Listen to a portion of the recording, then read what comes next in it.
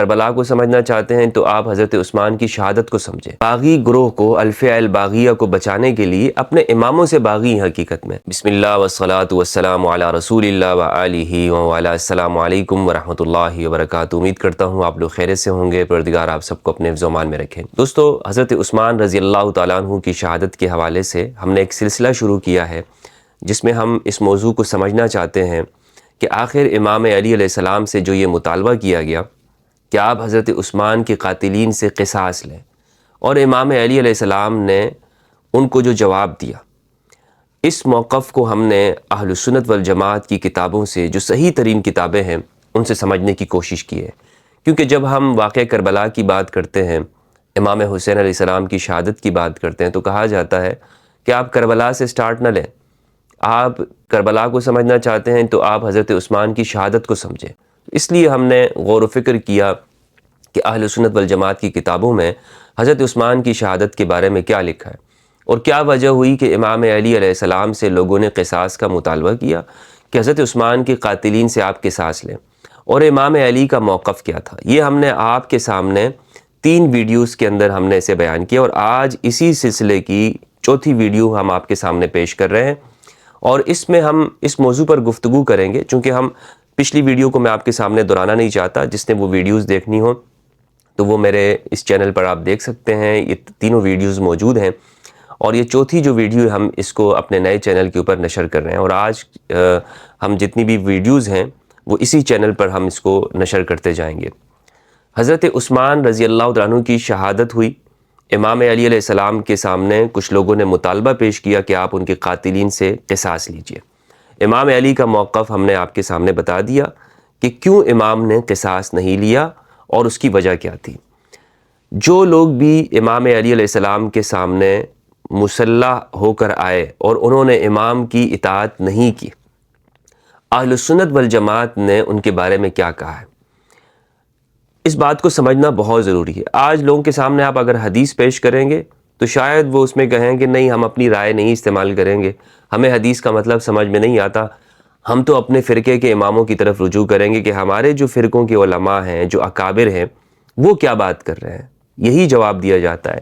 لہٰذا آج ہم فقہائے ثلاثہ، جو اہل سنت والجماعت کے جید علماء ہیں، امام ابو حنیفہ رحمہ اللہ، امام احمد بن حنبل رحمہ اللہ، اسی طرح امام شافعی رحمہ اللہ، ان کے اقوال سے یا جو ان کی جانب فقہ منسوب ہے اس سے سمجھنے کی کوشش کریں گے کہ یہ علماء اہل سنت جو ہمارے حنفی، شافعی، حنبلی فقہا ہیں، وہ ان لوگوں کے بارے میں کیا رائے رکھتے ہیں کہ جنہوں نے امام علی علیہ السلام کے خلاف بغاوت کی ہے، اور انہوں نے کیا اسے بغاوت کہا ہے یا نہیں کہا۔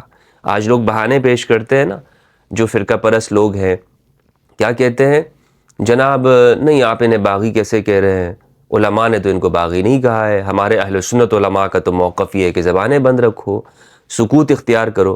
تو ہم یہ سمجھنا چاہیں گے کہ کیا ہمارے جو یہ اہل سنت کے جو مسلک ہیں، جو اتھینٹک علماء ہیں، کیا انہوں نے بھی سکوت اختیار کیا یا انہوں نے کچھ اور کہا ہے؟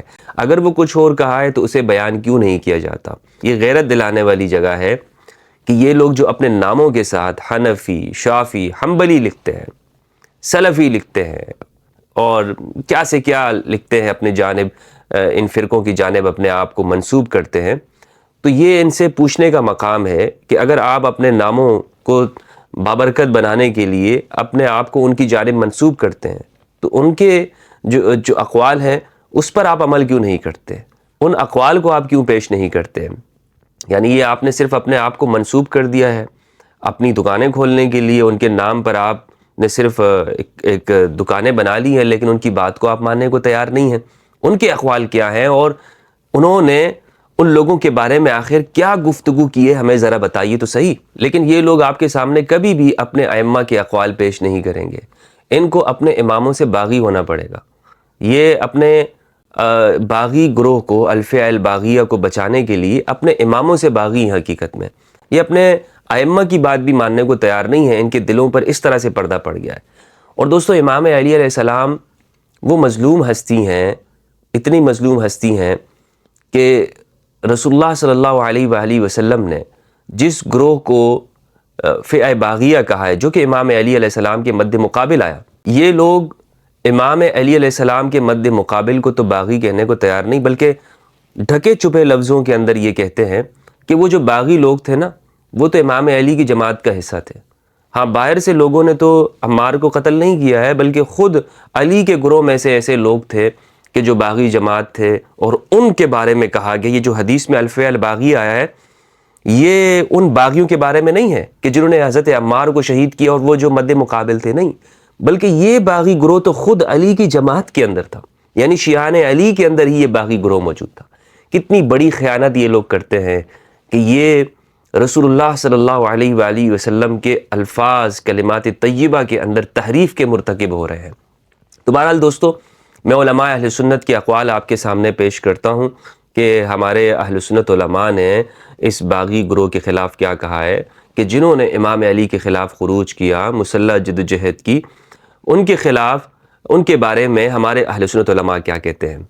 دوسری جانب میں آپ کو اس واقعے کی جانب مختصر طور پر اشارہ دیتا چلوں کہ آج آپ ان سے یہ پوچھیں کہ اگر ایک منتخب حکومت کے خلاف کوئی شخص یا کوئی گروہ، کوئی فئہ وہ بغاوت کرتا ہے، مسلح جدوجہد کرتا ہے، تو ہمارے جو اہل سنت کے علماء ہیں، تمام فرقوں کی بات کرتا ہوں، یہ ان کو باغی مانتے ہیں یا نہیں مانتے؟ سب آپ کو کہیں گے کہ جناب یہ لوگ باغی ہیں۔ مثلا جو بھی خوارج ہیں، فتنۃ الخوارج ہیں، ان کو یہ باغی کہہ رہے ہوتے ہیں نا، ان کے بارے میں تو کہتے ہیں کہ ریاست کے خلاف جو جدوجہد کرنے والے لوگ ہیں یہ باغی ہیں، خارجی ہیں، اور ان کے اوپر روایات فٹ کرتے ہیں۔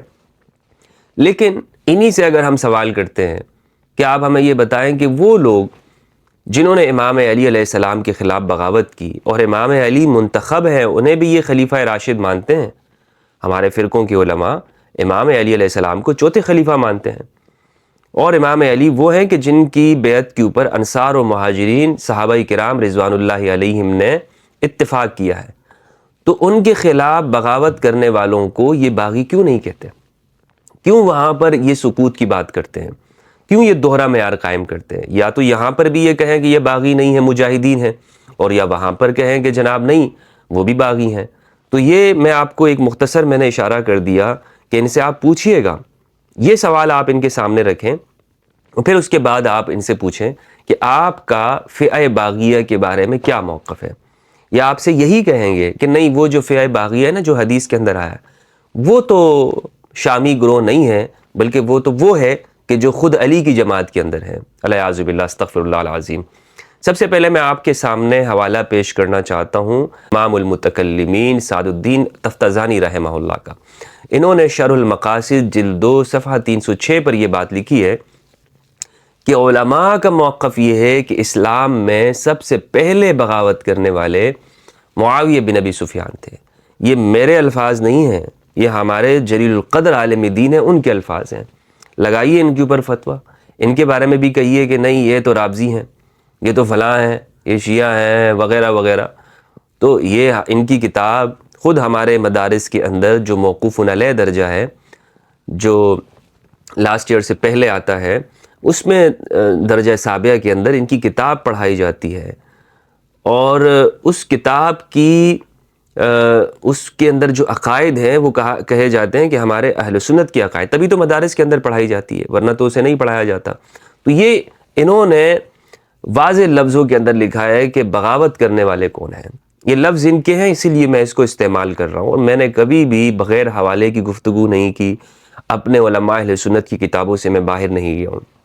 امام شافعی رضی اللہ تعالیٰ عنہ، خدا ان سے راضی ہو، ان کا ایک قول ہے اور بہت مشہور قول ہے۔ یہ کہتے ہیں کہ رسول اللہ صلی اللہ علیہ وآلہ وسلم نے اپنی حیات طیبہ میں مشرکین کے ساتھ قتال کیا ہے، یعنی ان لوگوں سے قتال کیا ہے، ان لوگوں سے رسول اللہ صلی اللہ علیہ وآلہ وسلم مد مقابل ہوئے کہ جو شرک کرنے والے تھے۔ ہمیں مشرکین سے قتال کے جو احکام ہیں وہ تو رسول اللہ کی سیرت سے معلوم ہو گئے کہ اگر آج کے زمانے میں اگر کوئی مشرک یا کافر وہ مسلمانوں کے خلاف سامنے آتا ہے تو حکومت وقت ان کے ساتھ کیا کرے گی، ان کے احکام ہم نے رسول اللہ کی سیرت سے معلوم کر لیے۔ لیکن اگر کوئی گروہ ایسا ہے کہ جو کلمہ پڑھنے والا ہے، کلمہ پڑھتا ہے، اسلام کا دعویٰ کرتا ہے، اور وہ کہتا ہے کہ جناب ہم مسلمان ہیں، ان سے اگر مد مقابل ہم ہو جائیں تو پھر ہم کیا کریں گے؟ اس بات کو ہم نے کہاں سے معلوم کیا؟ اس بات کو یہ کہتے ہیں کہ ہم نے علی کی سیرت سے معلوم کیا کہ جو انہوں نے باغیوں کے خلاف قتال کیا، تو ہمیں یہ معلوم ہو گیا کہ اسلام کا جو نقطہ نظر ہے وہ باغیوں کے بارے میں کیا ہے۔ کیا ان کے مال کو غنیمت کے طور پر لیا جائے گا؟ کیا ان کے لوگوں کو قیدی بنایا جا سکتا ہے؟ کیا ان کی زمینوں کو لیا جا سکتا ہے، قبضے میں لیا جائے گا؟ یعنی جتنے بھی احکام ہیں، کیا ان کے جو مردہ ہیں ان کے اوپر جنازہ پڑھا جائے گا، نہیں پڑھا جائے گا؟ ان کے لیے دعا کی جا سکتی ہے، نہیں کی جا سکتی؟ جتنے بھی احکام ہیں باغیوں سے متعلق، یہ ہمیں رسول اللہ کی سیرت سے نہیں معلوم ہوتے، کیونکہ رسول اللہ نے تو مشرکین کے ساتھ جہاد کیا ہے، قتال کیا ہے۔ تو اب یہ جو احکام جو ہمارے زمانے کے اندر ہوں اور مسلم ریاست کے خلاف کوئی مسلح جدوجہد کرتا ہے تو ہمیں کیسے علم ہوں گے؟ امام شافعی رضی اللہ عنہ کہتے ہیں کہ ہمیں معلوم ہوگا کہ علی نے کیا معاملہ کیا ہے، یعنی معیار حق وہ علی بن ابی طالب علیہ السلام کی ذات طیبہ ہے۔ ہمیں ان کی سیرت کو دیکھنا ہوگا کہ امام علی نے اپنی زندگی میں ان لوگوں کے ساتھ کیا معاملہ کیا۔ یہ حوالہ میں آپ کو دیتا چلوں، الحاوی الکبیر فی الفقہ المذہب الشافعی میں، الماوردی، المتوفی 450 ہجری، 5ویں صدی کے عالم دین ہیں۔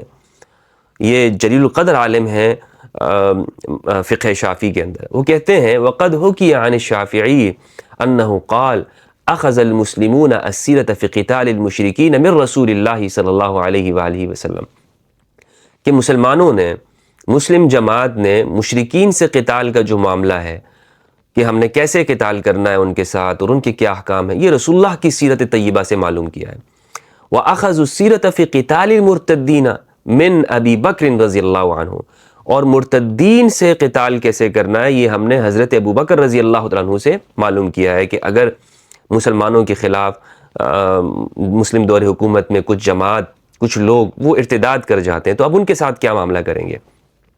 تیسری بات یہ کہتے ہیں وَأَخَذُوا السِّيرَةَ فِي قِتَالِ الْبُغَاةِ مِنْ عَلِيِّ بْنِ أَبِي طَالِبٍ رضی اللہ عنہ، اور باغیوں کے ساتھ جو معاملہ کرنا ہے یہ ہم نے معلوم کیا ہے علی بن ابی طالب علیہ السلام کی زندگی سے۔ یہ امام شافعی رحمہ اللہ کا، یعنی اب آپ اندازہ لگائیں کہ امام شافعی ان کو باغی کہہ رہے ہیں، کن لوگوں کو؟ کہ جن سے امام علی علیہ السلام نے قتال کیا۔ اور یہی دوستو آج ہمارے سامنے امام علی کی جو سیرت ہے، امام علی کی جو زندگی ہے، علی کی جو سیاست ہے، اس سے یہی بات معلوم ہوتی ہے، ورنہ مسلم ریاستیں نہیں چل سکتی۔ مسلم ریاستوں کے اندر اگر کچھ مسلمان گروہ وہ مسلح جدوجہد کریں، مسلمانوں کو کافر کہہ کر ان کے خلاف خروج کریں، اداروں کے اوپر کفر کا فتویٰ لگائیں، مسلمان جماعت کے اوپر کفر کا فتویٰ لگائیں اور وہ خروج کریں، مسلح جدوجہد کرنے والے لوگ، تو ہمیں ان کے بارے میں ان سے کیا معاملہ کرنا ہے؟ کیا ان کے خلاف ہم نے لڑنا ہے؟ کیا ہماری فوج ان کے خلاف لڑے گی نہیں لڑے گی؟ یہ ہم کہاں سے معلوم کریں گے؟ تو یہ ہم علی بن ابی طالب کی زندگی سے معلوم کریں گے۔ امام حسن الشیبانی رحمہ اللہ، امام ابو حنیفہ رحمہ اللہ کے جلیل القدر شاگرد ہیں۔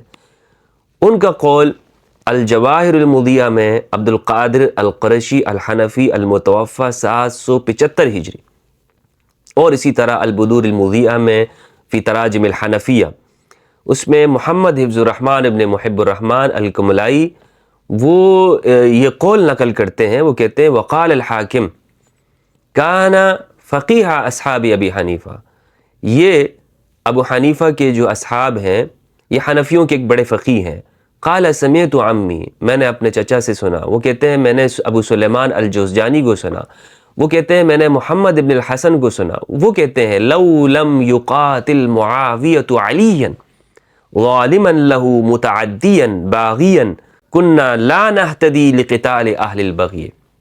کہتے ہیں محمد ابن الحسن رحمہ اللہ، جو کہ امام ابو حنیفہ رحمہ اللہ رضی اللہ عنہ کے شاگرد ہیں، کہ اگر معاویہ وہ علی بن ابی طالب کے خلاف خروج نہ کرتے، ظالما لہ ان کے خلاف تجاوز کرتے ہوئے، متعدیا حد سے بڑھتے ہوئے، باغیا بغاوت کرتے ہوئے، کننا لا نہتدی لقتال اہل البغی، تو ہمیں باغیوں کے خلاف قتال کا جو طریقہ ہے وہ معلوم نہ ہوتا۔ یہ کس نے بات کہی ہے؟ یہ حنفیوں کے فقیہ بات کر رہے ہیں، ابو حنیفہ کے شاگرد بات کر رہے ہیں۔ تو حنفیوں، خود کو حنفی کہنے والوں، ذرا اس بات کے اوپر بھی توجہ دیجیے آپ۔ ہاں جناب ہم تو حنفی ہیں، ہمارا تو موقف یہ ہے، ہم اپنے اکابر کی سنیں گے۔ تو آج اکابر کی میں آپ کو سنا رہا ہوں۔ آپ کے سامنے ہم حدیث پڑھیں، آپ کو نہیں ماننا۔ آپ کے سامنے ہم قرآن کی آیت پیش کریں، آپ نہیں مانیں گے۔ آپ کے سامنے ہم روایات پیش کریں، امام علی کا موقف، امام علی کی سیرت، لیکن اکابر کیا کہہ رہے ہیں، علماء اہل سنت کیا کہہ رہے ہیں۔ امام سرخسی رحمہ اللہ المتوفی 483 ہجری، انہوں نے اپنی کتاب المبسوط اس میں لکھتے ہیں، جلد نمبر 10 صفحہ 124، کہتے ہیں والامام فیہ علی رضی اللہ عنہ، ان معاملات کے اندر یعنی اقتداء جس کی کرنی ہے تو وہ امام علی ہے۔ فقط قام بالقتال، انہوں نے قتال کیا ہے، وأخبر أنه مأمور بذلك بقوله رضی اللہ عنہ امرت بقتال المارکین والناکثین والقاسطین۔ یہ کہتے ہیں کہ ان معاملات کے اندر جو امام ہیں، جن کی اقتداء کی جائے گی، جن کے پیچھے چلا جائے گا، جن کی بات مانی جائے گی، وہ امام علی علیہ السلام ہے۔ کیوں؟ اس لیے کہ خود علی نے بھی اس بات کی خبر دی ہے کہ مجھے رسول اللہ صلی اللہ علیہ وآلہ وسلم نے فرمایا کہ میں مأمور ہوں کہ میں عہد شکنوں کے ساتھ قتال کروں گا، میں ان لوگوں کے ساتھ قتال کروں گا کہ جو حد سے بڑھ گئے ہیں، میں ان لوگوں کے ساتھ قتال کروں گا کہ جو نکلنے والے ہیں، جو اطاعت سے نکلنے والے ہیں۔ اسی لیے امام علی علیہ السلام نے جمل کیا، امام علی نے صفین کی جنگ کی، امام علی نے نہروان خوارج کے خلاف کی۔ ابن قدامہ الحنبلی رحمہ اللہ، انہوں نے المتوفی 620 ہجری اپنی شورى آفاق کتاب المغنی میں جلد 12 صفحہ 238 میں لکھا ہے۔ کیا لکھتے ہیں؟ کہتے ہیں وَرَوَى عُبَادَةُ بْنُ سامت، عبادہ بن سامت رضی اللہ عنہ نے روایت کیا، کہتے ہیں بایعنا رسول اللہ صلی اللہ علیہ وآلہ وسلم، ہم نے رسول اللہ صلی اللہ علیہ وآلہ وسلم کی بیعت کی، علی السمع والطاعہ، کہ بات سننی ہے، امیر کی اطاعت کرنی ہے، فی المنشط والمکرہ، ہر حالت کے اندر، خواہ وہ چستی کی حالت ہو یا خواہ اکراہ کی حالت ہو، خوشی ناخوشی کے ساتھ، ہر حالت کے ساتھ، وَأَلَّا نُنَازِعَ الْأَمْرَ أَهْلَهُ، اور یہ کہ ہم جو امیر ہوگا اس کے ساتھ منازعت نہیں کریں گے، اس سے جھگڑا نہیں کریں گے۔ وروی عن النبی صلی اللہ علیہ وآلہ وسلم انه قال من خرج من الطاعة وفارق الجماعة فمات میتة جاہلیہ، یہ روایت نقل کی ہے، کہتے ہیں کہ جو اطاعت سے نکل گیا اور جماعت سے الگ ہو گیا تو وہ جاہلیت کی موت مرا۔ یہ روایت ہمارے سامنے بیان کی جاتی ہے کہ جو وہ امام کی جس کی اطاعت کے اوپر اجماع ہو جائے کہ یہ امام ہے، اب اس سے الگ نہیں ہوا جا سکتا۔ یعنی امام علی کے دور میں جو الجماعہ ہے وہ علی رضی اللہ عنہ کی جماعت ہے، امام علی کی جماعت ہے۔ اس لیے ہمارے ہاں جو اہل سنت والجماعت کا جو لفظ ہے، الجماعت کے لفظ اگر حقیقی معنوں پہ بولا جانا چاہیے تو وہ علی کی جماعت والے فرد پر ہے، یعنی جو علی بن ابی طالب کی جماعت کا ہے، باغی گروہ کا حصہ نہیں ہے۔ یعنی یہ پتہ نہیں کیوں ہمارے اس لفظ سے ہی غداری کرتے ہیں لوگ۔ یہ جو لفظ ہے اہل سنت والجماعت، سنت کا رستہ بھی اہل البیت بتائیں گے، جماعت بھی اہل البیت کی جماعت ہے۔ آگے کہتے ہیں ابن عبد البر نے ابو ہریرہ، ابو ذر، ابن عباس سب سے روایت کی، اور سب کا جو روایت کا جو معنی ہے وہ ایک ہی ہے، رضی اللہ عنہم۔ کہتے ہیں وہ اجمعت الصحابہ رضی اللہ عنہم، صحابہ کا اجماع ہے، علی قتال البغاة، کہ باغیوں سے قتال کرنا۔ فإن ابا بکر رضی اللہ عنہ، اس لیے کہ حضرت ابو بکر رضی اللہ عنہ نے قاتل مانعی الزکوٰۃ، کہ حضرت ابو بکر رضی اللہ عنہ نے جو مانعی الزکوٰۃ تھے ان سے قتال کیا۔ وعلی قاتل اہل الجمل والصفین واہل النہروانی، اور علی رضی اللہ عنہ نے جمل والوں سے، صفین والوں سے اور نہروان والوں سے قتال کیا۔ یہ کس نے یہ بات لکھی ہے؟ ابن قدامہ نے، اور یہ میں نے آپ کے سامنے روایت پیش کر دی کہ انہوں نے کہا کہ جو جماعت سے نکل گیا وہ شخص اور اس نے امیر کی اطاعت نہیں کی اور وہ اسی حالت کے اندر مر گیا تو وہ جاہلیت کی موت مرتا ہے۔ یہ بھی اہل سنت کو سوچنا چاہیے، ہمیں سوچنا چاہیے کہ آج کا ہمارا امام کون ہے؟ کون ہے ہمارا امام کہ جس کی ہم بیعت کرتے ہیں؟ کون ہے ہمارا امام کہ جس کے ساتھ ہم توسل کریں، کہ جس کے ساتھ توسل کر کے امت مسلمہ وہ ایک جگہ پر جمع ہو سکے، اور اس پر سب کا اتفاق ہے، سب کا، ہمارے اہل سنت والجماعت کا، کہ ہم یہ مانتے ہیں کہ جو 12ویں امام ہے وہ امام مہدی علیہ السلام ہے۔ اختلاف ان چیزوں میں ہے کہ جناب وہ حسنی ہیں، حسینی ہیں، وغیرہ وغیرہ، لیکن یہ بالاتفاق بات ہے کہ سیدہ زہرا علیہ السلام البتول کی نسل میں سے ہوں گے۔ غور کیجئے دوستو، کیا ہم جماعت کا حصہ ہیں یا نہیں ہیں؟ مجھ سے جو اکثر لوگ سوال کرتے ہیں کہ آپ بتائیں کہ 12 اماموں کی روایت ہے، تو میں ان سے یہ بات کرتا ہوں کہ آپ پہلے امام کی معرفت حاصل کر لیں۔ جس طرح کہ ہمارے علماء نے یہ بات کہی ہے کہ اگر ہم پہلے علماء کی معرفت حاصل کریں گے، علی کے زمانے میں جو علی کی جو مقام ہے علی کا، اس کو تو پہلے ہم متعین کر لیں نا، کہ ہم اس بارے میں کیا عقیدہ اور نظریہ رکھتے ہیں۔ کیا علی کے خلاف خروج کرنے والے، ہم ان کے بارے میں اپنے اکابر اہل سنت کے موقف پر ہیں یا نہیں ہیں؟ اکابر اہل سنت کا موقف میں نے آپ کو بتا دیا، حنفی، شافعی، حنبلی علماء کے اقوال سے۔ تو اب میں پوچھنا چاہتا ہوں اپنے حنفیوں، شافعیوں اور حنبلی علماء سے، کہ جو آج موجود ہیں اور اپنے آپ کو سلفی بھی کہتے ہیں، حنفی، قادری وغیرہ وغیرہ اپنے ناموں کے ساتھ لاحقے اور سابقے لگاتے ہیں، بتائیے کیا موقف ہے آپ کا ان کے بارے میں؟ تو یہ میں نے آپ کے سامنے بالکل علماء کا موقف پیش کر دیا کہ امام علی علیہ السلام کے سامنے آنے والے، آپ سے مقابلہ کرنے والے، مد مقابل ہونے والوں کے بارے میں اہل سنت کا کیا موقف ہے۔ دوستو یہ اس کا میں آپ کو ربط بتاتا چلوں، یعنی آپس میں جو تعلق ہے اس موضوع کا جو آج ہم نے سمجھا ہے، حضرت عثمان رضی اللہ عنہ کی شہادت کے واقعات کے ساتھ اس طور پر ہے، چونکہ جو لوگ امام علی کے خلاف آئے ان کا مقدمہ پورا میں نے آپ کے سامنے پچھلی ویڈیوز میں بیان کیا ہے، وہیں سے جو بغاوت ہوئی ہے اس کو سمجھنا، اگر ہم سمجھنا چاہتے ہیں تو امام علی کا موقف وہ ہمارے سامنے ہونا چاہیے۔ لہٰذا علی کی سیرت کو سمجھنے کے لیے علی کا موقف تو سمجھے نا بھائی، امام علی کون ہے، امام علی نے کیوں قصاص عثمان کا جو مطالبہ کرنے والے ہیں ان کی بات کو نہیں رکھا اور ان کے خلاف قتال کیا۔ سوال یہ پیدا ہوتا ہے کہ وہ لوگ تو ایک صحیح مطالبہ رکھ رہے تھے، وہ کہہ رہے تھے کہ خلیفہ وقت کی شہادت ہوئی ہے اور وہ لوگ معلوم ہے فلاں فلاں ہے، تو امام علی نے پھر کیوں نہیں لیا؟ ان کی بات تو اپنی جگہ پہ درست ہے نا، وہ بات مطالبہ تو غلط نہیں ہے، لیکن پھر امام علی کیوں نہیں لینا چاہ رہے؟ اس لیے کہ اس کے لیے آپ میری تیسری ویڈیو ضرور دیکھیے گا۔ تو یہاں پر بغاوت کو سمجھیں، علماء کا موقف کو سمجھیں، تاکہ ہمیں امام علی کی جو سیاسی زندگی ہے، امام علی کی جو سیاسی مواقف ہیں، جو آپ کے باغیوں کے خلاف اقدامات ہیں، وہ سمجھ میں آ سکیں۔ والسلام علیکم ورحمۃ اللہ وبرکاتہ۔